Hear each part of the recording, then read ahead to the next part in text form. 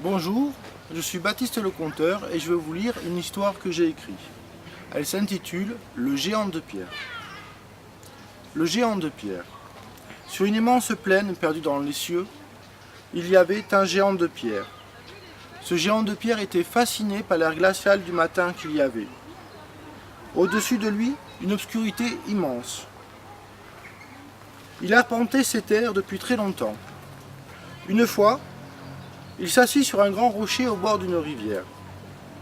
Il s'ennuyait tout seul. Aujourd'hui allait-il faire son tour? Non, aujourd'hui il avait une idée en tête, et il connaissait ces terres parfaitement. Aujourd'hui il allait faire quelque chose de particulier. Une poupée comme lui. Oui, aujourd'hui il allait faire une poupée avec la terre argileuse de la rivière. Il allait la faire beaucoup plus petite que lui, il pourrait ainsi se promener avec elle sur ses épaules. Ainsi il s'ennuierait moins.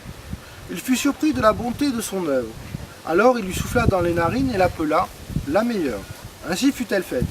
Alors les voilà se baladant sur la lune plate, au-dessous des cieux, dans l'air glacial de l'univers. La petite poupée d'argile ne manquait pas de conversation, et le géant de pierre recevait la connaissance de toutes choses.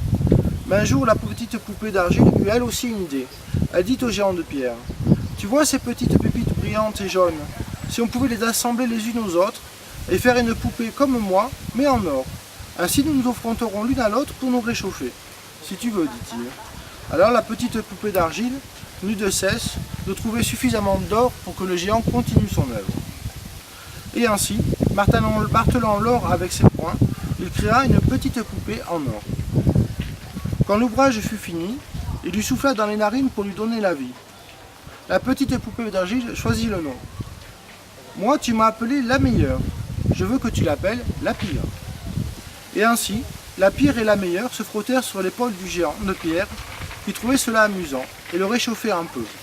Et de cette jouissance coula un miel-là, et ce miel-là se mélangea à la terre. Et un beau jour, d'une fleur, naquit un homme. Et cet homme n'est pas Adam.